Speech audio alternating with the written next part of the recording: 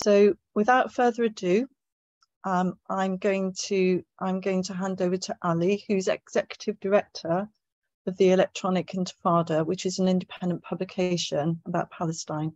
He's the author of 2 books, One Country and The Battle for Justice in Palestine. He lives in Chicago in the United States. So thank you very much, Ali, for joining us from Chicago, and over to you.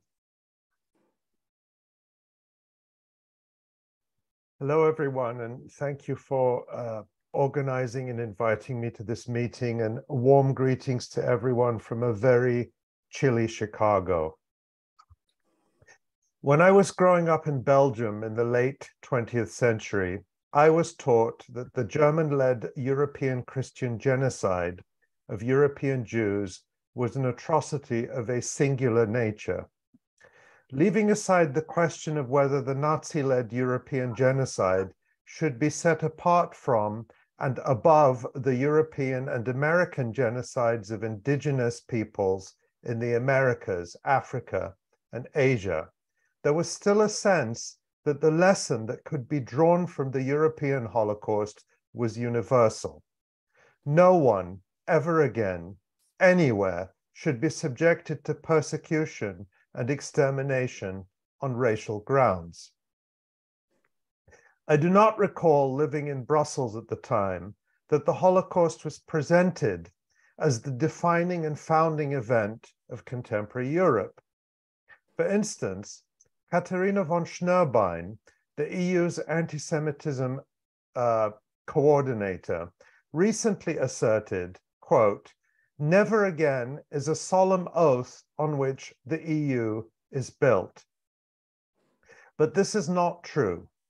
What became the European Union was founded on the idea that economic integration, especially between France and Germany, would create interdependence and prevent war from ever again breaking out on the European continent, at least among the states in Western Europe. Jean Monnet, one of the founders of what eventually became the EU, doesn't mention the Holocaust in his most well-known speeches, and nor is it mentioned in the Treaty of Rome, the EU's founding document. Indeed, to achieve Monnet's vision of a United States of Europe, the early European institutions were more than happy to integrate actual Nazis. For example, the first judges of the European Court of Justice included former officials from the fascist regimes of both Hitler and Mussolini.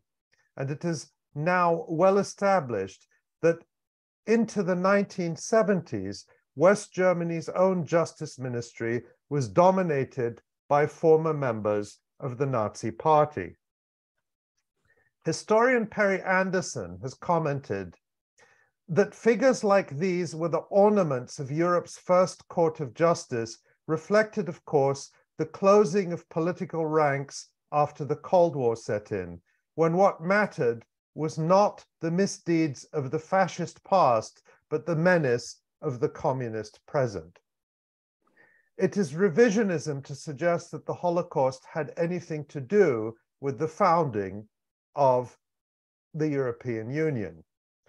Of course, it is good and necessary today that Europeans acknowledge their history of genocide, but the elevation of the Holocaust to a sort of foundation stone of the EU is happening in parallel with the total abduction of the memory of all those who were murdered as the justification for the establishment of the Zionist settler colony in Palestine, the expulsion of the indigenous Palestinians, and ongoing perpetration of occupation, settler colonialism, and apartheid by Israel with the full support of Europe. And when I say Europe, of course, I include the UK, I include the United States, let's say the Euro-American or Euro-Atlantic world, which, and of course, includes its offshoots like Canada and Australia and New Zealand and so on.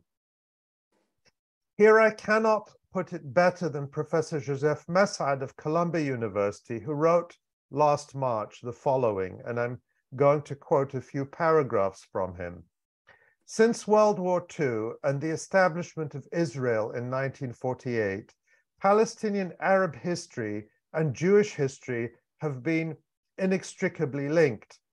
Israeli Zionists have appropriated events in Jewish history, including the Holocaust, for propagandistic purposes to assert their supposed right to Palestine, a land to which they had laid their suspect colonial claim half a century before the genocide. By appropriating the Holocaust, Israel asserts that any acknowledgement of the genocide is an acknowledgement of Israel's right to exist as a Jewish state, while any attempt to deny this right is to deny the Holocaust.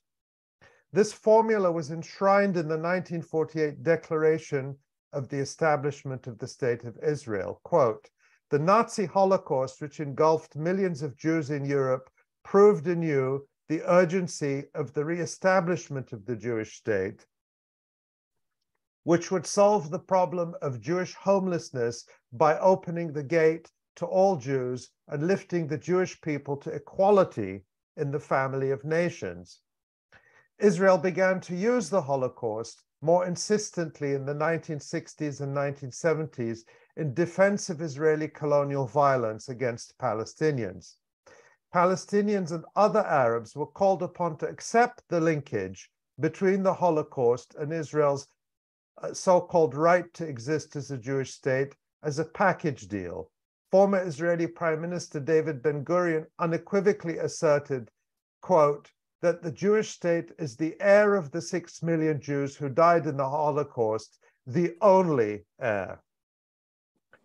Mashad also notes that the Palestine Liberation Organization and Palestinian intellectuals actively sought to de-link the Holocaust, which they rightly abhorred, from the founding of Israel, which they also rightly abhorred because it meant the destruction of Palestine.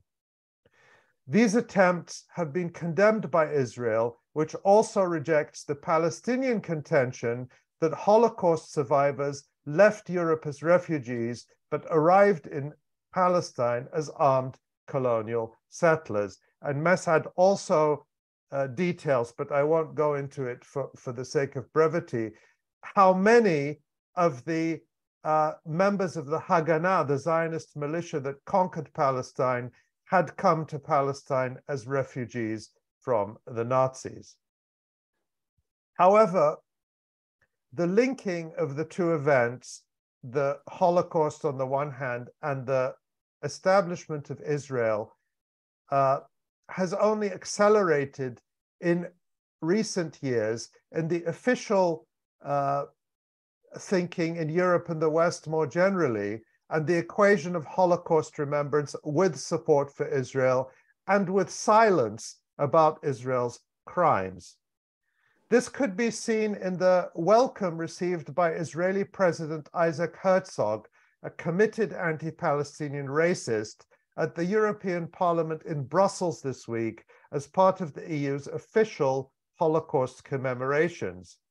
Receiving Herzog, the Parliament's president, Roberta Metsola, declared, quote, "The annual Holocaust Remembrance Day is always a somber moment for all the members of our Parliament, and this year it is particularly significant as we also mark the 75th anniversary of the Declaration of the Establishment of the State of Israel." In other words, to remember the Holocaust is to celebrate Israel. Metsola went on to claim that the European Parliament was upholding, quote, "the timeless promise of never again" by, for example, standing up to what she called Russia's aggression in Ukraine and the regime in Iran who execute young people for standing up for women, life, and freedom. Those are her words. But as she stood next to Herzog, Metsola was totally silent about Israel's crimes.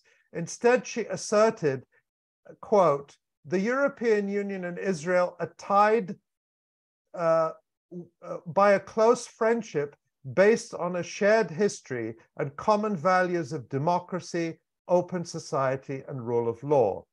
Nor did Metsola note the horrible irony that the EU's support for Ukraine has meant in practice supporting and arming acolytes of Stepan Bandera, the Hitler collaborator, in German-occupied Western Ukraine, who, along with his followers, helped the Nazis murder hundreds of thousands of Jews and Poles.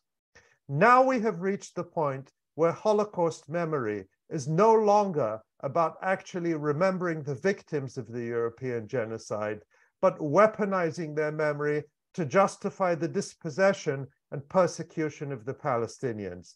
That's as perverse a situation as one can imagine. We Palestinians have always understood that our enemy is not and has never been Jews as Jews, but Zionism, a political, colonial, ultranationalist and racist movement originating in Europe, which falsely purports to act in the name of and represent Jews everywhere. But for Europeans, especially Germans, who seek to cleanse their consciences, the mere existence of Palestinians is now considered to be anti-Semitic. Recall that in Berlin last Nakba Day in May, police were ordered to arrest anyone displaying any Palestinian flag or even wearing a keffiyeh. I'm coming to the close here. The European formula is simple. We Europeans light candles and make pious speeches, showing ourselves to be good people. But it is the Palestinians who will pay the price for our forebears' crimes with their land and their lives. This is a formula the Palestinian people can and will never accept. Palestinians will not pay the price for Europe's horrific misdeeds. As a Palestinian, as a human, I take this moment to honor the memory and lives of all the victims and survivors of the German-led European genocide. And I stand in solidarity with Jews and with all people who face discrimination, hatred, and persecution because of their identity.